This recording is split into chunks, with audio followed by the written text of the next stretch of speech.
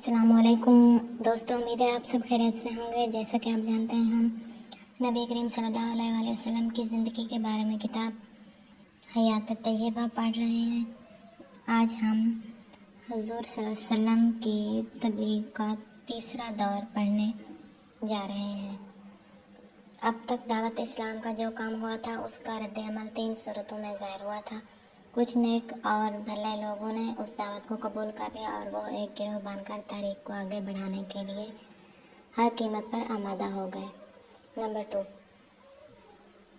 بہت سے لوگ اپنی نادانی، خود غرضی یا اپنے باپ دادا کے دین کی اندھی تقلید عقیدت کی وجہ سے اس تحریک کی مخالفت پر آمادہ ہو گئے۔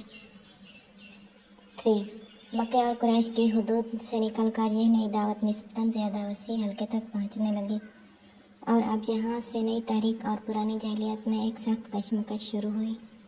جب لوگ اپنے پرانے دین سے چمٹے رہنا چاہتے تھے، انہوں نے اپنی پوری قوت سے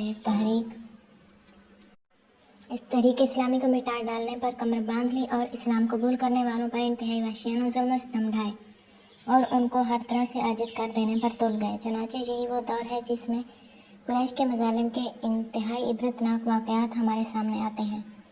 عرب جیسے گرم ملک کی تیز دھوپ میں دوپہر کے وقت جلتی ہوئی ریت پر مسلمانوں کو لٹانا، ان کے سینوں پر بھاری بھاری پتھر رکھ کر دبانا، لوہے کو گرم کر کے داغ دینا اور پانی میں ڈبکیاں دینا، انتہائی بے دردی سے مارنا پیٹنا، غرض یہ کہ اور اسی قسم کے مظالم تھے جو مسلمانوں پر توڑے جانے لگے۔ اگرچہ اس دور میں عام مسلمانوں کے لیے زندگی دو بھر کر دی گئی تھی، لیکن تاریخ میں جن مظلوموں کی داستان کے کچھ حصے نقل ہوئے ہیں ان میں بطور نمونہ چند یہ ہیں۔ حضرت خباب، آپ ام انمار کے غلام تھے۔ ابھی 6-7 آدمی اسلام لائے تھے کہ آپ بھی اسلام سے مشرف ہوئے اور اسی جرم میں قریش کے مظالم کا نشانہ بنے۔ قریش نے ایک دن زمین پر کوئلے جلا کر انہیں ان پر چت لٹایا اور اوپر سے ایک شخص نے سینے پر پاؤں رکھ کر دبایا کہ کروٹ لینے نہ پائیں، یہاں تک کہ کوئلے پیٹھ کے نیچے ہی ٹھنڈے ہو گئے۔ مدتوں کے بعد حضرت خباب نے ایک بار اپنی جلی ہوئی پیٹھ پر سفید برس کے داغ دکھائے تھے۔ حضرت بلال، آپ امیہ بن خلف کے غلام تھے۔ ٹھیک دوپہر کے وقت امیہ ان کو جلتی ہوئی ریت کے اوپر لٹاتا اور بھاری پتھر سینے پر رکھ دیتا اور کہتا کہ اسلام سے انکار کر نہیں تو یوں ہی گھٹ گھٹ کر مر جائے گا۔ لیکن اس وقت بھی انتہائی قرب کی حالت میں آپ رضی اللہ تعالیٰ عنہ کی زبان سے عہد ہی نکلتا اور ان کا آقا ان کے گلے میں رسی باندھ کر لڑکوں کے حوالے کر دیتا اور وہ ان کو شہر کے ایک حصے سے دوسرے حصے تک گھسیٹتے پھرتے۔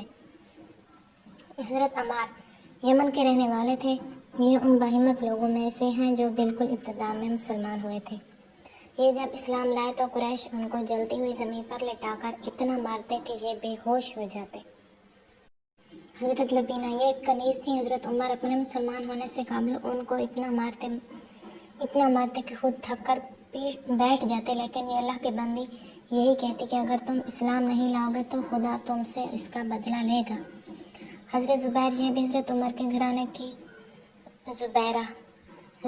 گھرانے کی کنیز تھی۔ ایک بار ابو جہل نے ان کو اتنا مارا کہ ان کی آنکھیں جاتی رہیں۔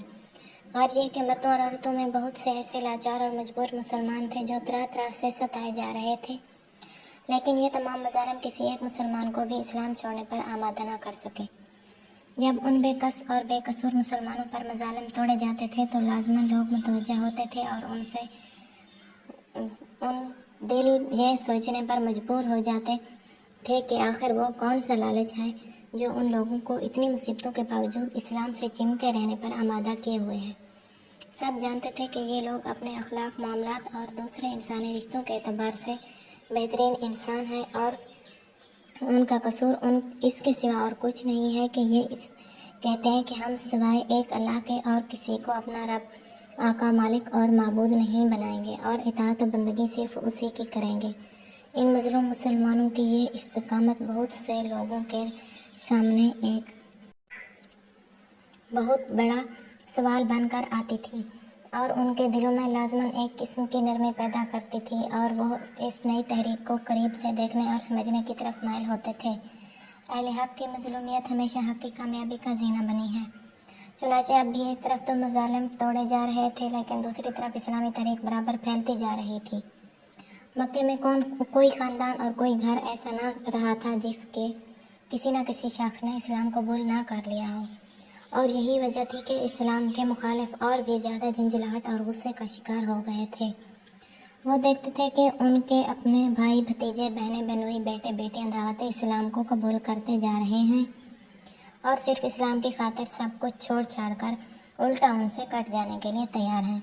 ان لوگوں کے لیے یہ چوٹ سخت ناقابل برداشت تھی۔ پھر لطف یہ کہ جو لوگ اس نئی تحریک میں شامل ہو رہے تھے وہ ایسے لوگ تھے جو اپنی سوسائٹی میں بہترین لوگ سمجھے جاتے تھے۔ ان کی سوجھ بوجھ، اخلاق اور عام انسانی خوبیاں سب لوگوں پر واقف تھیں۔ جب اس قسم کے لوگ اسلام قبول کر کے اپنے سارے مفادات پر پانی پھیرنے کے لیے آمادہ ہو جاتے تھے تو بہرحال ہر شخص سوچنے پر مجبور ہو جاتا تھا کہ آخر اس تحریک اور اس کے دائی میں وہ کون سی کشش ہے جو لوگوں کو اس درجہ جان نثاری پر تیار کر دیتی ہے۔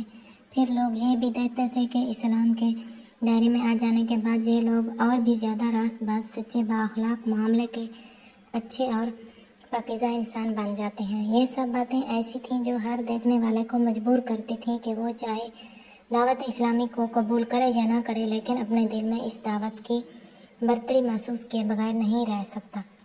آج کی ہماری یہ ویڈیو یہاں پر ختم ہوتی ہے۔ ویڈیو پسند آئی تو لائک ضرور کر دینا، چینل پر نئے ہیں تو چینل کو سبسکرائب کر دینا تاکہ اسلامی کتابوں کی تمام ویڈیوز آپ تک پہنچتی رہیں۔ ہم اپنی اگلی ویڈیو کے ساتھ پھر آپ کی خدمت میں حاضر ہوں گے، تب تک کے لیے اللہ حافظ۔